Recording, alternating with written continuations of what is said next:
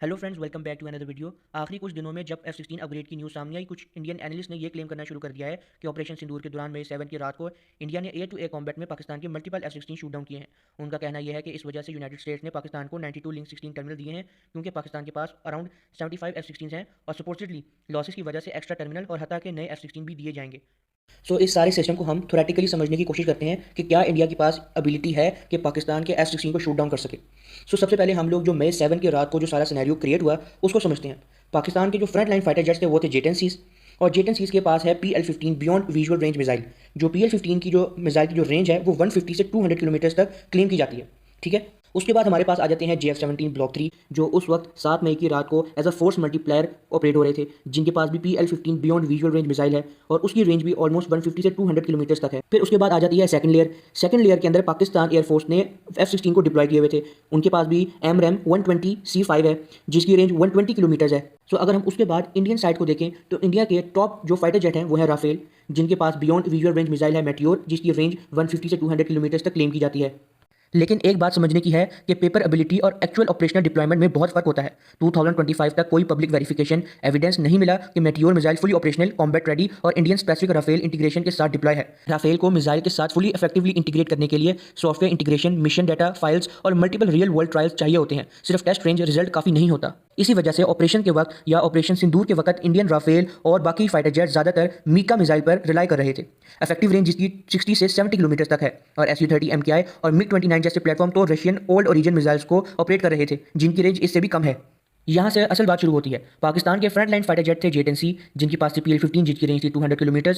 इस वजह से फाइटर जेट्स को, पाकिस्तान के फाइटर जेट्स को इंडियन मीका मिसाइल की रेंज के अंदर आने की कोई ज़रूरत नहीं थी। पाकिस्तान के जेट-10Cs, F-16 या JF-17 ब्लॉक 3 फाइटर जेट्स को 150 किलोमीटर पर डिटेक्ट भी कर सकते थे और शूट डाउन भी कर सकते थे। आपको ये बात भी पता होगी कि इंडियन एयरफोर्स को बताया गया था कि PL-15 की जो रेंज है वो 150 किलोमीटर है और आपने इतना गैप रखना है। इस वजह से उन्होंने इतना गैप रखा, और अगर मीका मिसाइल उनके पास थी तो 150 किलोमीटर का गैप रखने के बावजूद F-16 जो कि सेकंड लेयर में मौजूद था, पहले तो जेट-10C था जिसने खुद का 150 किलोमीटर का गैप रखा हुआ था, इंडियन फाइटर जेट थे जिन्होंने 150 किलोमीटर का गैप रखा हुआ था, और उसके सेकंड लेयर पे F-16 थे जिन्होंने और गैप रखा हुआ था, ऑलमोस्ट 200 किलोमीटर या 250 किलोमीटर पे वो फ्लाई कर रहे थे। मीका मिसाइल से उनको शूट डाउन करना पॉसिबल ही नहीं है। अब एक और इंपॉर्टेंट ऑपरेशनल पॉइंट समझने, पाकिस्तान के F-16 उस रात ऑफेंसिव एयर कॉम्बैट के लिए डिप्लॉय भी नहीं हुए थे। उनका प्राइमरी रोल डिफेंस था। F-16 का काम हाई वैल्यू एसिड्स जैसे कि early warning and control system, electronic warfare platforms, command and control aircraft को प्रोटेक्ट करना था, स्क्वाड करना था। ये बिल्कुल स्टैंडर्ड एयरफोर्स डॉक्ट्राइन है।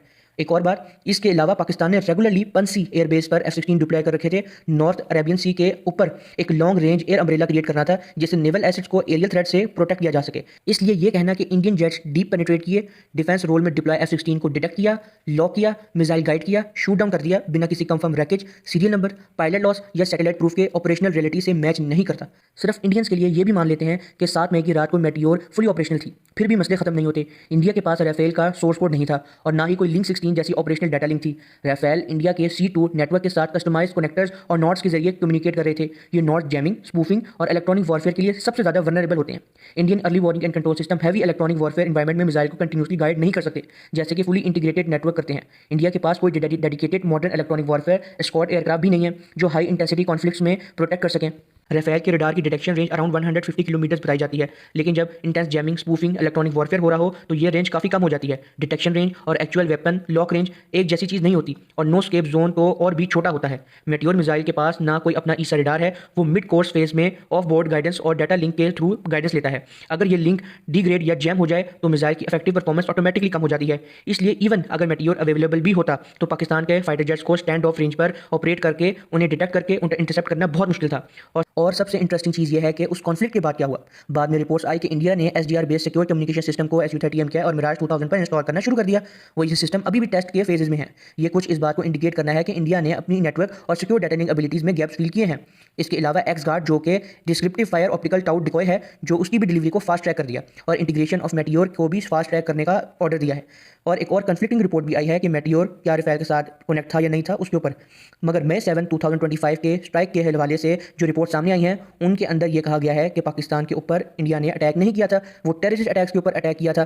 तो इस वजह से इंडिया ने मेटियोर को डिप्लॉय नहीं किया था क्योंकि पाकिस्तान एयरफोर्स को स्ट्राइक नहीं किया गया।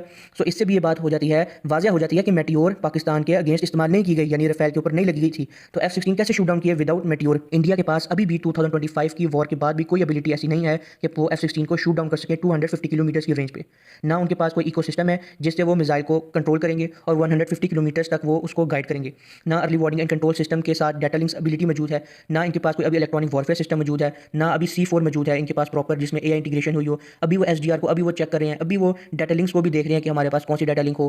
तो ये 5-6 साल लगेंगे तब जाके 150 किलोमीटर रेंज पे ये किसी मिसाइल को गाइड करने की पावर में या ऑपरेशनल एबिलिटी में आएंगे। So this is our analysis. I hope you like this video. Make sure subscribe the channel, like the video, comment it down. अल्लाह हाफिज़। पाकिस्तान जिंदाबाद।